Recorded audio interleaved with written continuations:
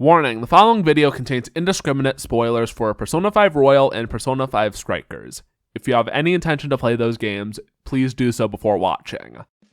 Persona 5 Strikers is a game that I forgot about for quite a long time. It was initially teased as Persona 5S, which everyone, including myself, thought was going to be a Switch port of Persona 5. It turned out to be a beat-em-up with an ungodly title. I then forgot about the game for a while. The reveal happened in April 2019. It then released in Japan in February of 2020. I naturally forgot about it because the pandemic slowed down the dub, so it took until a year after the Japanese release to come out in the States. It took so long that I became a Persona fan in the time between the announcement and the international release of the game. I bought a used base PS4 for my birthday. I then got Persona 5 Royal when it came out, and I fell in love with the game. RPGs have been my bread and butter since I first played Pokemon X. Persona 5 Royal overflowed with style, the story was engaging, I fell in love with the characters, and I lost, so many hours getting all those trophies. Then, when Persona 5 Strikers was announced for a worldwide release, I was naturally very excited. Without further ado, let's dive into my thoughts on Persona 5 Strikers. First off, let's talk about this game's nature. It was co-developed by Omega Force and P Studio and is a Persona game with Dynasty Warriors combat elements. This combination of gameplay styles works amazingly for me.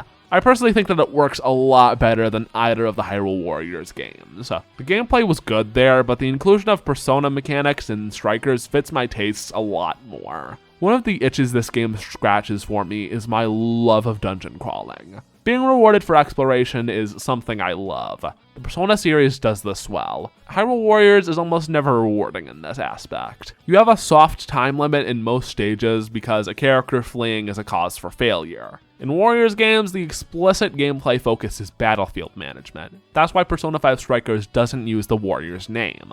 The Phantom Thieves are being sneaky. You only get into encounters in situations where you make yourself known. I like the combat here because it operates on a much smaller scale. Instead of managing a few characters taking on an entire army at once across the whole map, you move up to 4 party members around and take on small waves of enemies. I find this approach much more manageable, and it makes it far easier for me to get into a groove while playing it. Another advantage of this combat system is that since combat is at a faster pace than most Persona games, if you switch characters regularly, you can get a feel for each character much better. This helps resolve one aspect of Haru Okumura syndrome. The idea behind this term that I made up is that in RPGs, characters who get introduced later in the game suffer because they lack the time other characters had for both character development and for the player to get used to using them. This problem is more prevalent in turn-based RPGs. In a turn-based system, you'll have to wait for the new character's turn every battle to do something with them. You also have to invest time into grinding them up and buying new gear. They're also likely to lack most of the abilities that make them stand out later in the game. These disadvantages make it demotivating to use a new character. In a real-time game, you can just stay on that character and throw whatever you fancy at a wall until you find out what you like about that character. This made the first dungeon in Strikers super fun. You got a few hours where you can try out each character and see what they can do. In fact, you're encouraged to because the pace of the combat leads to SP draining really quickly. You can also switch characters on the fly and are encouraged to do so by the mechanics. However, this is kind of undermined by the checkpoint system. Time only advances when you make story progress, unlike in Persona 5 where leaving the dungeon makes time advance. In Persona 5 Strikers, you can leave the dungeon and re-enter at a checkpoint to heal with no penalties. This makes jails far less of a test of endurance and strategy compared to palaces. Speaking of the story, I really liked it. I want to start off with a bit of an odd detail. Strikers is canon to the original Persona 5, but not Persona 5 Royal. It's kind of whack because the changes necessary are incredibly simple. All that's needed is to add a Kasumi cameo in the Phantom Thieves group chat explaining why she's not there, because she overlaps too much with Sophie to make sense to include. The Kasumi cameo is all that's strictly necessary. Maybe add a reference to Maruki when the team talks about how Emma brainwashes people, but I think that's all that's necessary. Persona 5 Strikers is a fun story because it's more Persona 5, and the way they add more is enjoyable. First, they make all the monarchs focus on the characters that needed the most development after Persona 5. These characters are An, Yusuke, and Haru. I'll briefly cover how each of these three lacked development in Persona 5 and how Strikers gave them that. Kamoshida's Palace split attention between the original 4 members of the Phantom Thieves plus a ton of other characters, and Ann got the least spotlight because she joined the latest. Ryuji was the one who got the most development in this section of Persona 5. Ann ended up being pretty static in Persona 5, mostly being comic relief with a bit of development in her social link. Yusuke suffered a similar fate, but to a lesser extent. Madarame's Palace was focused entirely on his development, unlike Ann, who had to share the spotlight with a bunch of other characters. Yusuke gets much more time and is all the better for it. I also think that Yusuke is considerably funnier than Ann, along with his social link being significantly more compelling. Haru is the one who needed the most development. She suffers from a host of issues. First, she was introduced in the worst part of Persona 5. Okumura's Palace is terrible, not just because the dungeon itself is dog shit, but because the writing is at its worst there as well. Haru didn't have a strong start, and because of the writing problem, part of the term I named after her, she didn't have the time to recover and come into her own very much. Her social link is alright, but it doesn't really make up for the problems of her introduction. Strikers gives all these characters focus through the first 3 jails, and I think it's pretty effective in that. The monarchs serve as foils to protagonists by reflecting part of themselves and the palace ruler they faced. Alice accomplished Ann's goal in the fashion industry, but is incredibly physically abusive and two-faced like Kamoshida. Natsume is trying to follow in the footsteps of a deceased artist and his family like Yusuke, but is a filthy plagiarist like Madarame.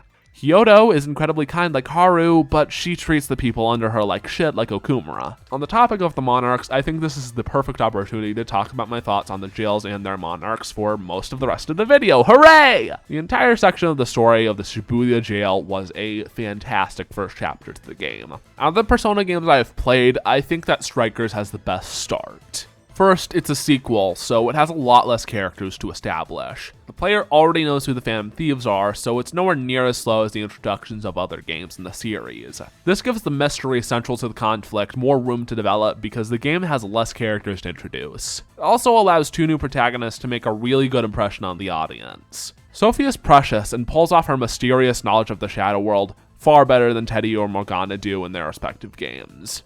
Sophie works a lot better for me because she explains a lot less than Morgana does, and by this game's nature as being a sequel, she has a lot less to explain to begin with. Sophie also has gaps in her knowledge, like not knowing what a persona is. This makes her much less of a magical genius than Teddy or Morgana are. This also results in the cast having to put together a lot of information themselves, which is a lot more compelling in an interactive medium. Zenkichi also makes a strong impression. The cutscenes that establish him before he meets the Phantom Thieves make it delightfully unclear if he's trying to trick them or not. I also like how the Phantom Thieves are more outwardly distrusting of him than they were of Akechi, because of course they would be! Akechi betrayed them, and Zenkichi is basically doing the same thing here. Zenkichi is also similar to Akechi because both of them go against their moral values for some purpose they hold higher. Akechi betrays any morals that he might have for his revenge, and Zenkichi just wants to keep himself and his daughter safe. He then secretly plans on betraying the Phantom Thieves because his boss told him to, and he wants to help her reach the top. I've talked enough around the jail and this section supposedly dedicated to it, so let's move on to that. The jail is effective in establishing the formula. You learn about the keeps, the trauma cells, and the bird cages effectively, but this dungeon also demonstrates a few problems that the entire game has. Jumping halts all momentum, which makes the sections where you do platforming feel far less natural than they would otherwise be. Instead of Moss skills hitting all the enemies, the regular skills hit in an AoE with Moss skills covering a wider area. The regular skills can hit all enemies in a wave most of the time. With all Moss skills costing more SP, it leaves them not being very useful. Ambushes are also a bit finicky. You have to get really close to initiate one while grounded, and most of the time it doesn't work. Also, using a gun to shoot a shadow in the field should really count as an ambush. The third eye is nowhere near as helpful as it should be. It doesn't tell you when you can grapple onto walls, and walls you can and can't grab onto aren't very distinct from one another. However, it's not only negative things that become evident early. security. The security level feels like it matters a lot more now. When playing on pretty much any difficulty in Royal, you would lower the security level a lot when you get a successful ambush, and it was really easy to do. Now, you end up fighting more enemies as the security level rises, and some parts get locked off under high security, punishing the player for being careless. The music in this game is also really good, as it is in just about any Persona game. The remixes of the songs from Persona 5 are really good. I love You Are Stronger, Axe to Grind, and Counter-Strike. Daredevil is a bop and poses as a strong competitor to Life Will Change. It's a shame that the song only plays in really specific circumstances. It only plays when you back to the final keep and go to the birdcage to find the clue for the trauma cell. Speaking of the trauma cell, the boss in the Shibuya jail is a massive difficulty spike. I got into almost every battle I could and had all my gear up to date. I made a few attempts and died with around a quarter of the boss's health bar left each time. I then spent about an hour grinding and buying items, and I still barely made it by the skin of my teeth. The boss fight had me completely out of money and items, forcing me to go into the next jail prepared. Speaking of the boss fight, pretty much all the bosses expose the need for audio settings. All the bosses have story-crucial dialogue playing during the fights. The music and sound effects are way too loud to hear the dialogue. That's all I have to say on Alice's jail, so let's move on to Natsume's section. The build to actually entering the jail is pretty good. It provides some fun character challenges for Yusuke. He was willing to give Natsume the benefit of the doubt up until Natsume insults the Sayuri, a painting made by Yusuke's mother. I love moments where we see what makes a character angry, especially with stoic characters like Yusuke. This scene then leads to the Sendai jail, and I'm sorry if this comes off as negative, but this jail fucking reeks. These columns look like they're decoration, but you have to jump onto them in order to advance, and again, it's not clear that you can do that. The entire dungeon is an absolute slog. You have to take the most circuitous routes, and it's not even challenging. It just wastes my time. The jail being terrible is fitting thematically because it's the world of Natsume's terrible novel. It makes sense that the jail is terrible, but the game makes the dungeon way too much of a slog. The Phantom Thieves drew the scenery in here, and that's fun when it happens, but it only happens in story cutscenes, and they are really spaced out. The only part of the jail that I enjoyed a lot was the boss fight. The boss fight dialogue helped keep the tone in the right spot for me to have fun. It was also much easier than Alice. It felt like a decent challenge. I also like the moment where Yusuke inspires Shadow Natsume to repent. And then Yusuke inspires Natsume in the real world to continue writing until he can make something he's proud of, not as the grandson of Sugo Natsume, but as his own artist. I thought that was a beautiful scene. The next jail is a Sapporo jail, and out of the jails with actual monarchs, this one is the most underwhelming. The build-up is shorter than I would have liked. Just after arriving in Sapporo, the Phantom Thieves meet up with Senkichi. He exposits why Hyodo is the monarch, and Haru says she knows her. They then bump into Hyodo, she and Haru catch up, and we learn the keyword via a political rally. Between that and the information gathering section, Hyodo isn't built up very much. She was sort of built up before the Sendai jail by Zenkichi, saying that he expects there to be a monarch in Sapporo, but that was the only detail we had until we got to the city. Then, in the middle of the Sapporo jail, the Phantom Thieves run into a roadblock that then brings them to a scene where Hyodo is treating her employees like shit. Seeing Haru react to this moment was great, because Haru is normally very pleasant no matter what. She says things that just about any other member of the Phantom Thieves would shout in a calm tone with a smile, so seeing her genuinely upset was very compelling. Now that I think about it, seeing what makes any of the Phantom Thieves upset is generally a recipe for a very compelling scene. This effect didn't come through very much in Okumura's palace because Haru had barely been established as a character by that point. The situation she was in at that point was also really poorly written, so it was hard to find compelling. The Sapporo jail itself is fine, but it suffers the worst from a problem that the other jails have that I have very conflicted feelings about. Strikers has both an advantage and disadvantage in building tension compared to Royal. The game itself is shorter, so the tension persists for a larger amount of time proportionally, but the monarchs don't pose much active opposition as palace rulers. Monarchs not showing up works thematically. They're trapped by their own trauma, but it makes them lack presence. I loved how the palace rulers most of the time posed an active threat in the metaverse. It made them feel like they wanted to be there and they see you as a threat to that. Monarchs as a premise have their own themes, and while this is fitting with those themes, it still makes them lackluster antagonists. Hyodo's boss fight is also far easier than Natsume's. I guess you could call it a bit of a cakewalk. Get it because she's eating. She's weak to Sai, and then in the middle of the fight, she gets the enraged status, lowering her defense and adding technical damage on top of her weakness, leading her to take nearly quadruple damage from Sai's skills. She's not even much of a glass cannon either. The most threatening thing she has is an instant kill attack that you can easily avoid by activating a heater in the corner. Kyoto's Jail does have a lot of good to it. I really like the Winter Wonderland aesthetic. It's by far the most unique look of any jail in the entire game. It also has the best optional dialogue in the entire game. I remember seeing the Japanese version of this scene shared on Twitter as Persona fans waited for Striker's release in English. This jail also has my favorite trauma cell. It by far makes Hyodo the most sympathetic of all the monarchs. She's motivated by a failure of hers that caused a young girl to lose her life. Even after she learned that it was the fault of her superiors partly, she still couldn't stop blaming herself. That is far more compelling than either of the two before her. The crimes she committed with her powers as a monarch also aren't as severe. Alice got people to obsess over her to the point of ruining their relationships and putting them into debt. Ango Natsume did pretty much the same thing with some slightly different details, like making his fans assault cosplayers. All Hyodo did was make it easier for her to get elected as mayor, which is largely less damaging to her victims than what Alice and Natsume did. Hyodo even urged for another vote to happen after her change of heart because she falsified the outcome. All of the monarchs are meant to be sympathetic to a degree, and Hyodo succeeds at that the most. Hyodo's motivation is a lot stronger, and her actions are a lot less severe. A major strength that monarchs have is that their actions are disproportionate to their trauma, and making them realize that is what leads to their hearts being changed.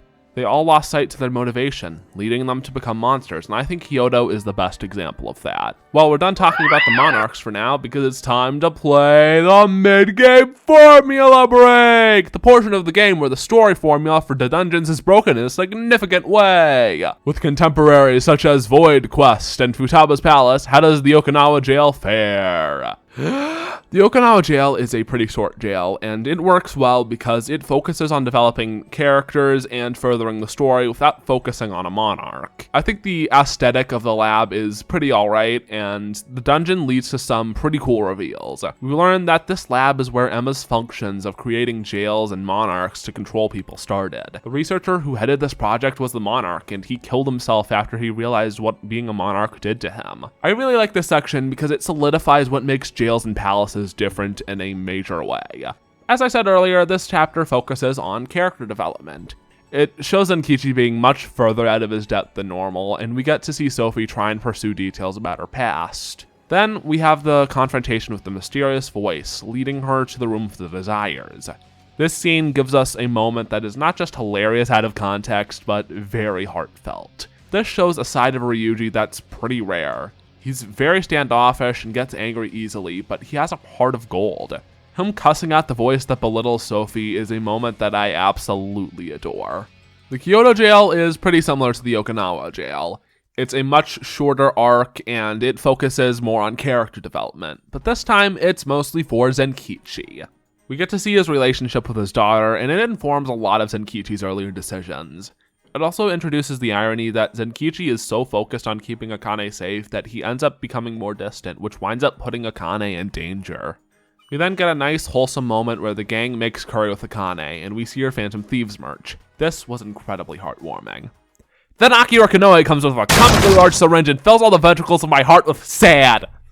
Konoe wants to find a way to get rid of the Phantom Thieves, and he finds out that there's the perfect candidate for a monarch in Akane Hasegawa. This is our gateway into Zenkichi's backstory. Zenkichi wanted to find the man that killed his wife in a hit and run. He had a suspect because Akane saw who it was, but Akane's life was threatened if he pursued this investigation further. Zenkichi decided to stay safe and resigned himself to his work. This caused Akane to resent her father, and her trauma made her capable of becoming a monarch in the first place. This then leads us into the Kyoto jail. Phantom Thieves get captured, except for Futaba, who meets up with Zenkichi and they decide to go into the jail for a rescue mission! This then leads to a stealth section where Zenkichi sneaks from the entrance to the cage where Akane is keeping the rest of the team. I love this little run that Zenkichi does to get to a cover point. It really sells how in over his head he is here. Then, in the confrontation with Akane, Zenkichi gets hit by the realization of what his sacrifices have wrought. And then a mysterious voice repeats what he'd been thinking the entire time. He's selfish for giving up. He is a fool for not pursuing justice. But then he gets a pep talk from his friends, and Zenkichi bellows forth a declaration to hunt down the evil he had turned a blind eye to. Then, the voice goes from deprecating to rallying as Zenkichi tears away his mask and beckons forth, the following fight echoes some of my earlier praise of the combat system. Since the combat is so fast-paced, a single fight is enough to get acquainted with how Wolf plays. Sadly though, the story and character elements are bad as far as I can praise Akane's jail. The warping doors are tedious. I would have loved a key item that updates the map to tell you where each door goes after you clear the way to Akane. That at least would mean I didn't have to go through the same song and dance every time I had to go back into the jail for a request. The boss fight is also extremely boring. You fight a replica of Joker with only Joker playable. This is pretty lame. You can't use Wolf in the boss fight of the dungeon that's about his development. It would have been far more interesting if you fought all of Akane's Phantom Thieves as a team. Instead, we get a tedious boss with no weaknesses and a ton of health that eats through my items like a snake in a sugarcane field and isn't really challenging. The Kyoto jail is fantastic on a story level, but the gameplay is nowhere near its best. Speaking of this game's best, the late game contains some major highlights.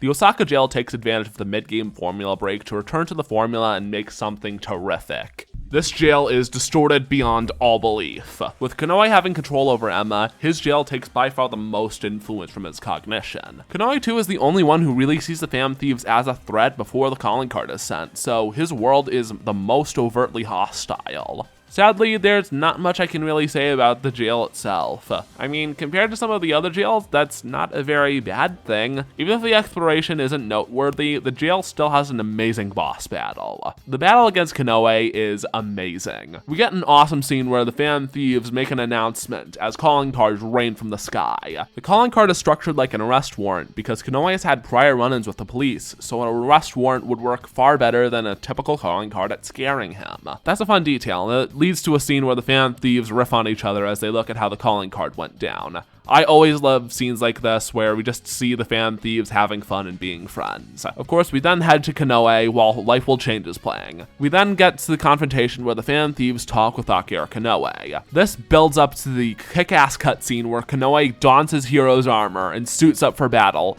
all with the buildup of the remix of Rivers in the Desert as the lyrics start playing as the fight begins. I had to listen to a few songs from the soundtrack before the game got its US release. I even added the remixes of Last Surprise and Rivers in the Desert to my playlist. Even with my prior exposure to these songs, they still bopped hard enough to make me bounce in my seat with excitement. That must have been pretty damn annoying with how squeaky my old chair was. This is the biggest advantage of the shorter form style of Strikers. The hype can carry a scene a lot farther. This scene still sticks in my mind because it stood out a lot more with less stuff to compare it to. Just when the Phantom Thieves think they've won, they realize that Emma is still controlling people, and Konoe is unsuccessful in shutting her off. So this shows us that the actual final boss is Emma. We then move into yet another string of 2 really short dungeons. In the Jail of the Abyss, you encounter Kuan Ishinose, and she gives some revelations. She reminds the Phantom Thieves that she created Emma, and she says some bullshit about being heartless or whatever, and then reveals that Sophie was the prototype for Emma. She then overrides Sophie's free will to make her try and kill the Phantom Thieves.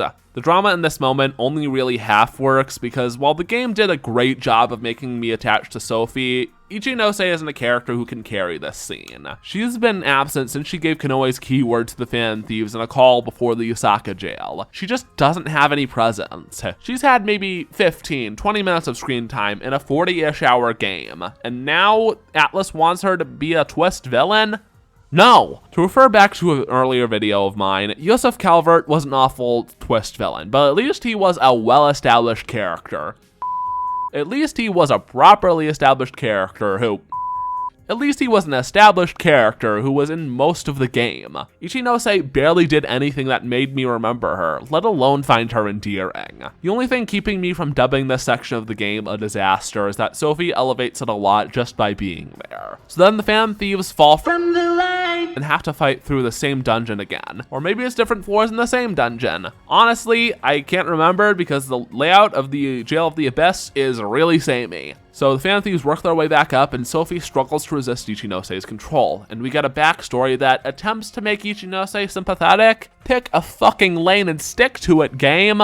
We then get a really cool awakening scene that is sadly dragged down by making the force that opposes Sophie be nowhere near as compelling as any of the prior awakenings. The only one that holds less dramatic weight is Haru's, because they made up so much bullshit and broke so many of their own rules for that scene to happen at all. Also, a problem that's a bit unrelated to the story here is that Atlas put a block on media share for anything in the final dungeon. I get all my footage through built-in capture features, so when I got to editing this portion of the video, I had to improvise hard to give this section visuals. I understand the want to stop spoilers, but this is really inconvenient. The latest point in the game that I have footage of is Sophie's awakening and some post-game content. A neat detail related to the final dungeon is that since Emma fused the metaverse with the real world, the game removes the metaverse entering effect in this section. While that is a neat detail, it makes the load times when you enter the metaverse before the post-game infuriating. This effect is meant to mask long load times in Persona 5 on base PS4 and PS3, but it ends up making them longer in Strikers on PS5 because it takes a few seconds for the effect to start and end. It takes less than a second to load in the sections where this is removed. Tangent aside, the fun part about Persona games repeating tropes is that since this is a direct sequel, characters who were there in the first game can comment on how it's the same damn thing again. This is a masterclass in lamp shading. Speaking of repetition, it's really weird how Zenkichi's backstory is almost the exact same premise as Dojima's backstory in his social link in Persona 4. Strikers takes it in a different direction that I like more, but it was a weird realization given that I played this before Persona 4. All comparisons to Persona 4 came from me playing it while I worked on the Astral Chain video, because it took so long to make that I could beat a Persona game in that amount of time. Also, speaking of repetition, Emma is the exact same schlock as Amino Sugiri in Aldevoth. Hell, the boss is called Demiurge, which is the name of the category on the Persona wiki that Aldevoth fits into. All the same recycled ideology, phrased slightly differently using different methods. The Demiurge fight is pretty good on a gameplay level at least. I like how we actually end up using the entire party to fight it instead of playing 4 people use ranged attacks on a boss that's 100 yards away simulator. We also get a very cool scene while the Phantom Thieves get to land a hit on the boss, and we get the last stretch of cutscenes at the end of the game. Also, speaking of repetition, one thing that boggles my mind about Persona 5 Strikers are the painful past requests. These are some pretty standard boss rematches. I'm not entirely certain if these even have different stats compared to the first fight, honestly. You refight Alice, Natsume, Hyodo, Kanoe, okay, and Demiurge.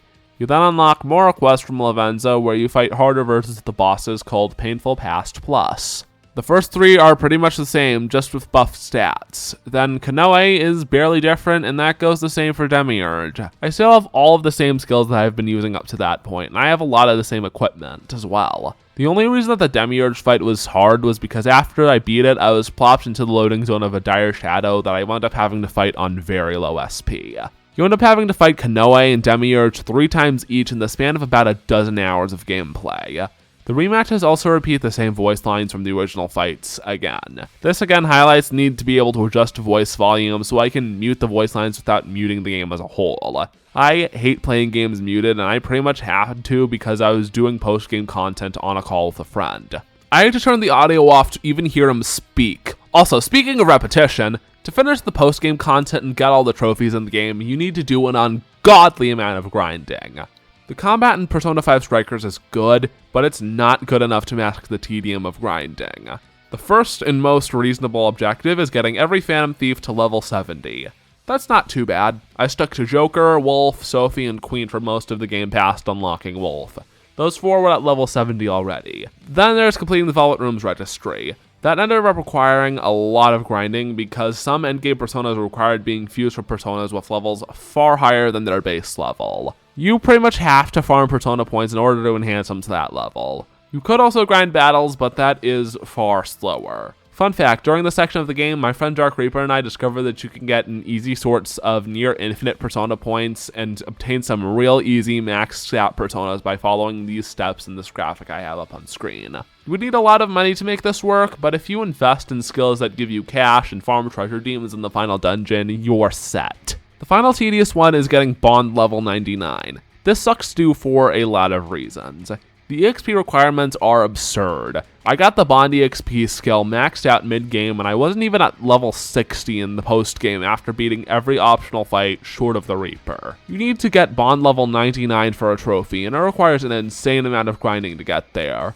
This single trophy is responsible for most of the additional 22 hours of getting 100%. I decided that I would not grind for this and simply go into New Game Plus to get that trophy when I wanted to play the game again. The benefits of grinding this much aren't even evident because the bond skills are all horribly balanced. All the stat boosting skills only raise stats by a couple of points, which isn't enough compared to their cost. Spirit Striker sounds incredible on paper, but it only restores 1 SP every activation per level, and you get it at the end game, where you're using dying skills that cost over 20 SP per use. Oracle Recovery is similar. It would be pretty nice in the early game, but it costs a lot of points to even unlock. Since you get free heals from leaving and returning from a checkpoint, it doesn't end up mattering. Persona 5 Strikers is a game that I really enjoyed. I loved getting to go on a new adventure with the Phantom Thieves. The good things about this game were a ton of fun, and even the bad stuff was bad in a way that I enjoyed picking apart. I wrote several paragraphs on this game in my notes because I wanted to talk about it that much. This game was a great time and I enjoyed playing it. Speaking of repetition, I suck at giving conclusions to videos. Hey hello everybody, thanks for making it to the end of this video. I think I've really hit a stride with making this sort of style of content. I also now have an upload schedule that I intend to keep. I'm going to upload the last Friday of every month when I can. I may struggle with that a bit because school is starting again mid-August, and I'm going back in person. I may not be able to afford the same time I spent on making videos every day with the homework I'll have. My next video is going to be ranking every case from the Great Ace Attorney Chronicles. Until then, have a wonderful time, and goodbye.